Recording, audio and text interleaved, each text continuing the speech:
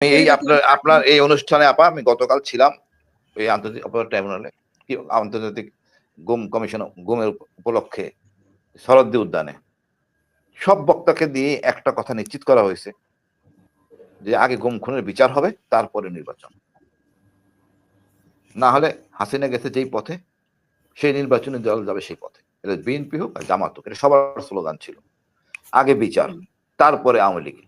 আওয়ামী লীগ মানে হলো গিয়া অভিশপ্ত লীগ, এই নামটাই হলো অভিশপ্ত। বিসমিল্লাহির রহিম। যারা শুনছে সবাইকে আমার আন্তরিক শুভেচ্ছা। মামলা একটু সময় লাগছে, অনেকদিন মানে কাজ শুরু করতে পারে নাই, বাট আমার মামলাটা আমি 2টা মামলা করার কথা, একটা করেছি মাত্র। প্রথমটা সেনাবাহিনীর গুম, সেটা আমি এখনো করি নাই, এটা গুম কমিশন এটা ভেরিফাই করুক, তারপরে ইনশাল্লাহ করব।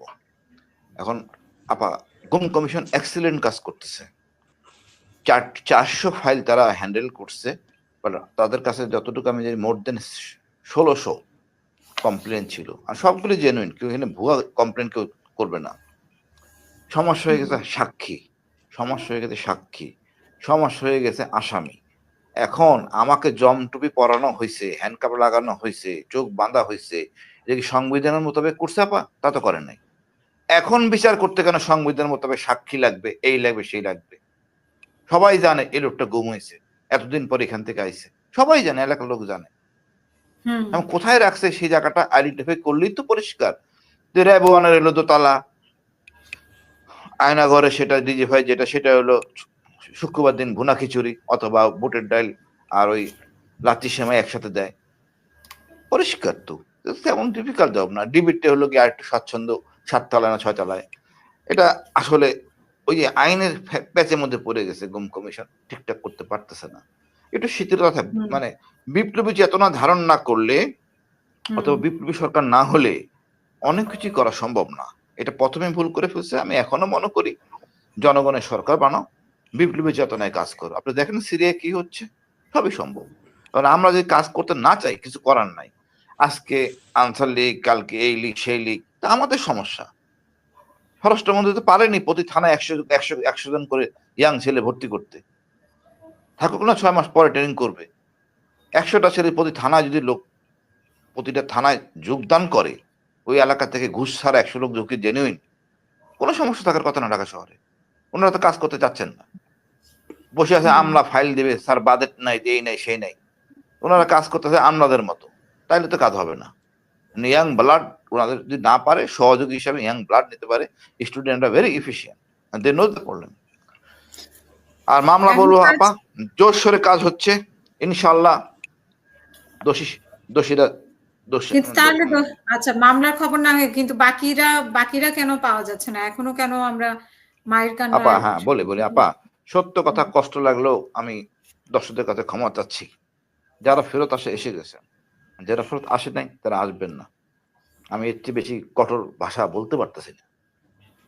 আমাকে তো পরিষ্কার বলা হয়েছিল, আপনি বাঁচবেন, আপনি আপা বাঁচবেন নিজের জন্য, যদি না বাঁচেন মারা যান, আপনার লাশ গায়েব করে দেওয়া হবে।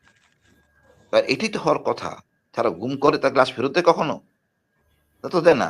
বাস্তবটা স্বীকার করেন না কেন? এখন সেই লোকটা জেনুইনলি গুম হয়েছে কিনা, যে লোকটা আসে নাই ফেরত, এটা তোর বাপ মা আত্মীয় স্বজন এলাকার মহল্লা সবাই জানে, এটাই যথেষ্ট। ওই কোন থানার আন্ডারে, সেই থানার ডিউটি অফিসারকে ধরেন, ওই থানার সেকেন্ড অফিসারকে ধরেন, ওই থানার ওসিকে ধরেন, এসপি কে ধরেন, they know everything, they are supposed to. তদন্ত সম্ভব। এখন না করতে চায় সেটা ভিন্ন কথা, বিপ্লবী চেতনা ধারণ করতে হবে। এখন সংবিধান মোতাবেক, আইন মোতাবেক চললে তো সব বিচার হবে না, ইট নট পসিবল।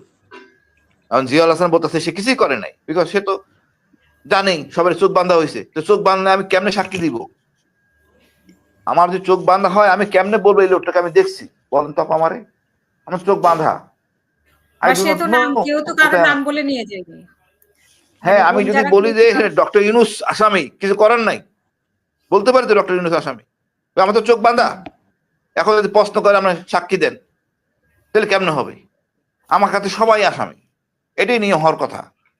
এখন এই ধরনের প্রশ্ন করলে কে আগায় আসবে? এখন আমাকে বলেন, একটা লোক যাদেরকে ধরা হয়েছে, বিশেষ করে জঙ্গি তকমা বা হুজুর পকি বা মধ্যবিত্ত, তাদেরকে নিঃশেষ করে দেওয়া হয়েছে টাকা পয়সা নিয়ে। আমার থেকে নিচে 50,000 টাকা মেয়ে থেকে, তাই ছিল 6 লাখ টাকা, আমার সাথে কথা বলাই দিবে। আর বাকি সবার থেকে কিরকম টাকা নিচ্ছে, এবং তারপর কি করছে, এটা সে নিঃশেষ হয়ে গেছে। এরা এখন ঢাকা শহরে এসে গুম কমিশনে কিভাবে চিঠি দিবে, কেমনে ইন্টারভিউ ফেস করবে, তারা থাকবে কোথায়, খাবে কোথায়? এই সরকারে, অবৈধ সরকার টাকা বরাদ্দ রাখে নাই। এই আন্তর্জাতিক অপরাধ ট্রাইব্যুনালে যে মামলাগুলি জামাতের বিরুদ্ধে করলো, প্রচুর লাখ লাখ কোটি কোটি টাকাটা ইনভেস্ট করছে সাক্ষীর পিছনে, ওদের এখানে কোনো খবর নাই। এই যে বিচার করতে হবে, হাসিনার যে ফ্যাসিজম ইস্টাবলিশ করার জন্য একটা বাজেট দিতে হবে, যে ক্ষতিগ্রস্তের জন্য ঢাকা চিটাগাং থেকে আসবে, এক জায়গায় থাকবে, কিছু একটা বাজেট দিয়ে হতে হবে। অথবা তারা বলতে পারে ইনিশিয়ালি তদন্ত করেন সংশ্লিষ্ট থানা, জানান সংশ্লিষ্ট থানার বলতে পারে ওখানে তো জিডি আছে বা কিছু একটা হয়েছে, সংশ্লিষ্টতা প্রমাণ করুক হ্যাঁ হয়েছে ঘটনা, তারপর বরাদ্দ করেন টাকা, লোকটাকে ডাকেন, কথা বলেন, এবং সেই গুম হাউসগুলি যেখানে যেখানে ছিল লাইকলি নিয়ে যান বা দেখান ছবি। সম্ভব, না করতে চাইলে কিছু করার নাই, আমি এমন দুঃখিত। তারপরে বলবো গুম কমিশন অনেক ভালো কাজ করতেছে, বাট সরকার এখানে স্বীকৃতি দিতে হবে যে আপনারা এত কিছু দেখবেন না, একটু সহজভাবে যান, কোঅপারেট করেন, টাকা দিতে হবে বাজেট থেকে, নাহলে কাজ করা সম্ভব না। বাট আমি আশাবাদী আপা, আশাবাদী, কাজ ধীর গতিতে হচ্ছে, তারপরে আপনি আশাবাদী, আমরাও আশাবাদী হতে চাই। ওনারা আসলে মানে যেটা বলছেন যে বিপ্লবের মানে যে বিপ্লবের যে চেতনা, সেই চেতনা আসলে ধারণ করে না। সে চেতনা যদি ধারণ করতো তাহলে বিষয়টা অন্যরকম হতো। মায়ের ডাকের কান্না তাদের সবার কাছেই যা পৌঁছাতো, যাদের কান্না। আর যাদের গুমের বিচার, মানে যারা গুম ছিল অনেকদিন, তাদের পরিস্থিতি, তাদের পরিবারের কান্না কিন্তু একমাত্র তারাই বুঝে, তাদের কি পরিস্থিতির মধ্যে দিয়ে তারা গেছে। তো সেই বিচারগুলো আপা এই মায়ের ডাকের কান্না কথাটা উচ্চারণ করলো, গতকাল আমি ছিলাম সেখানে। এদের সমস্যাটা কিভাবে সমাধান করবেন বলেন? বাচ্চাদের শিক্ষা, প্রতিদিনের ব্যবস্থা, এদের তো এইগুলোর ব্যাপারেও তো একটা ব্যবস্থা সাক্ষী, এই নেওয়া উচিত। সাক্ষীটা কে দিবে, এই জায়গাটা দেখাবে কে? আমি তো কিছু বুঝতেছি না, আন্তরিকও দেখতেছি না আমি। এদের সাথে যাতে উপদেষ্টা, প্রধান উপদেষ্টা বসে একটু কথা বলবেন, সান্ত্বনা দিবেন, একটা টিম করে দিবেন, যে যারা ফিরে আসেন, যারা ফিরে আসে নাই তাদেরকে একটা প্ল্যাটফর্মে আনবেন, সেটা তো করা হচ্ছে না। গুম কোন কারা বলতেছে? আমরা যারা গুম হয়েছি, ক্ষতিগ্রস্ত তারা বলতেছি, যারা আসে নাই তাদেরটা কে দেখবে আমার বলেন? বড় দুঃখ, আমি আসলে আমি আমি বিরক্ত হয়ে যাচ্ছি, এসব কিছুই বলতে পারতেছি না। তারপর আমি আশাবাদী আসিফ নজরুল ভাইয়ের উচিত একটু দেখা, জিনিসগুলি বোঝা উচিত, কারণ এনারা কেউ তো ক্ষতিগ্রস্ত হন নাই, কিভাবে চেতনা ধারণ করবেন? কিন্তু ক্ষমতা নিয়ে বসে আছেন, একটু মাঠে আসেন, দেখেন পরিবারটা কি অবস্থা। আমি এই আপনার এই অনুষ্ঠানে আপা, আমি গতকাল ছিলাম এই আন্তর্জাতিক অপরাধ ট্রাইব্যুনালে, কি আন্তর্জাতিক গুম কমিশন গুমের উপলক্ষে শরদ্দি উদ্যানে। সব বক্তাকে দিয়ে একটা কথা নিশ্চিত করা হয়েছে যে আগে গুম খুনের বিচার হবে, তারপরে নির্বাচন। না হলে হাসিনা গেছে যেই পথে, সেই নির্বাচনে দল যাবে সেই পথে। এটা বিএনপি হোক আর জামাত হোক, এটা সবার স্লোগান ছিল, আগে বিচার তারপরে আওয়ামী লীগ। আওয়ামী লীগ মানে হলো গিয়া অভিশপ্ত লীগ, এই নামটাই হলো অভিশপ্ত। যা তারা করেছে অর্থনৈতিকভাবে আর অনৈতিক বললাম, আমি কিছু বলার নাই। ধন্যবাদ আপা। হ্যাঁ, অনেক ধন্যবাদ।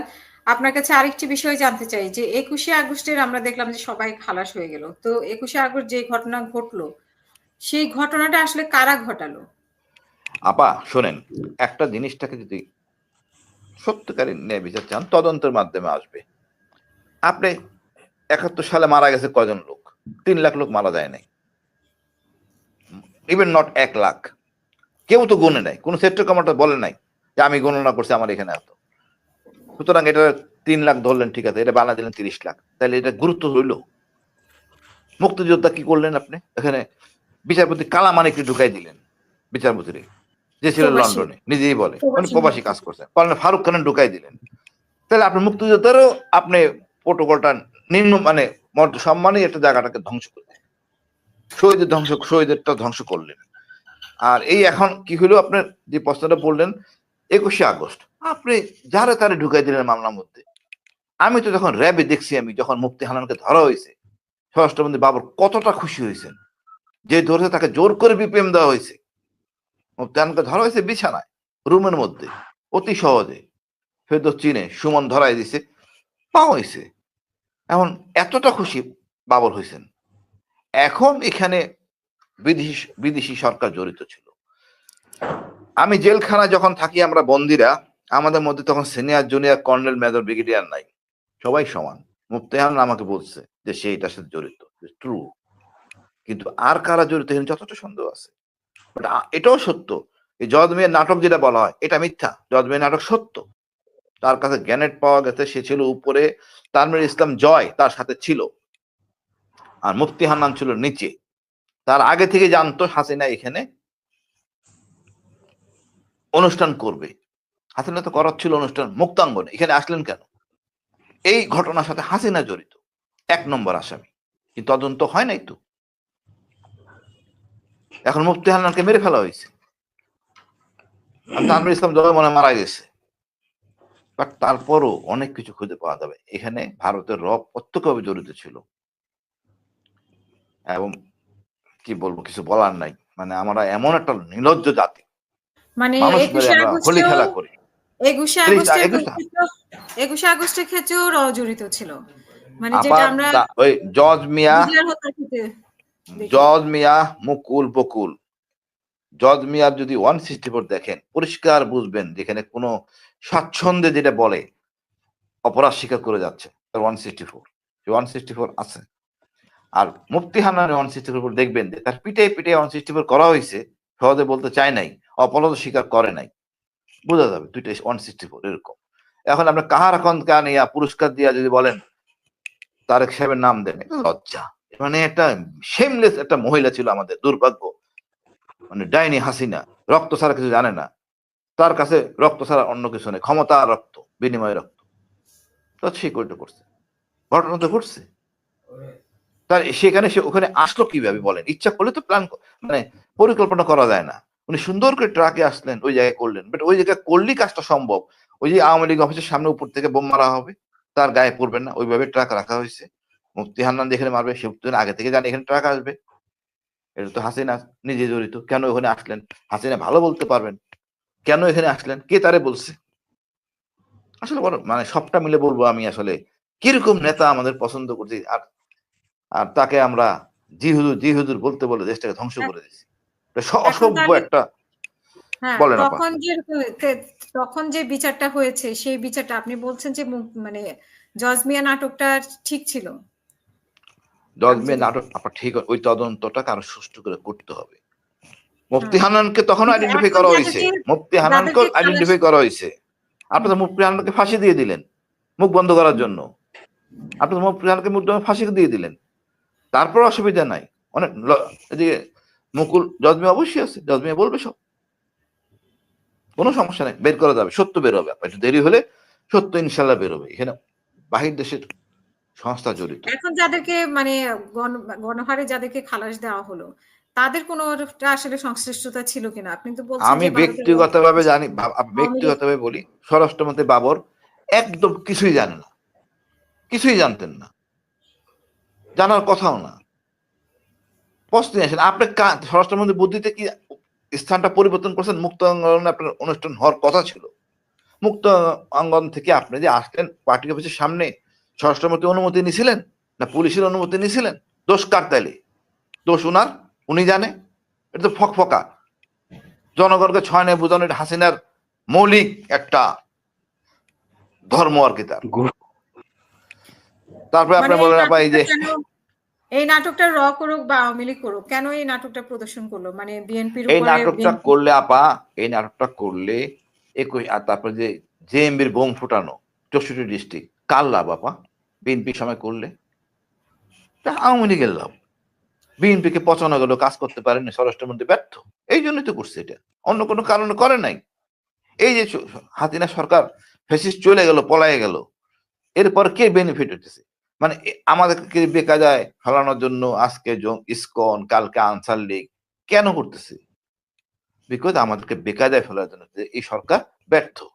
এটা রয়ের প্ল্যান। কিন্তু বাঙালি এবার পরিষ্কার, এই বাংলাদেশের জনগণ এক হয়ে গেছে, তারা বুঝতে পারছে ভারত আমাদের একমাত্র শত্রু। আমরা রুখে দিছি ভারতের অনৈতিক কর্মকাণ্ড। ভারত ছাড়া আমরা চলতে পারবো পরিষ্কার। ভারত বাড়াবাড়ি করলে আমরা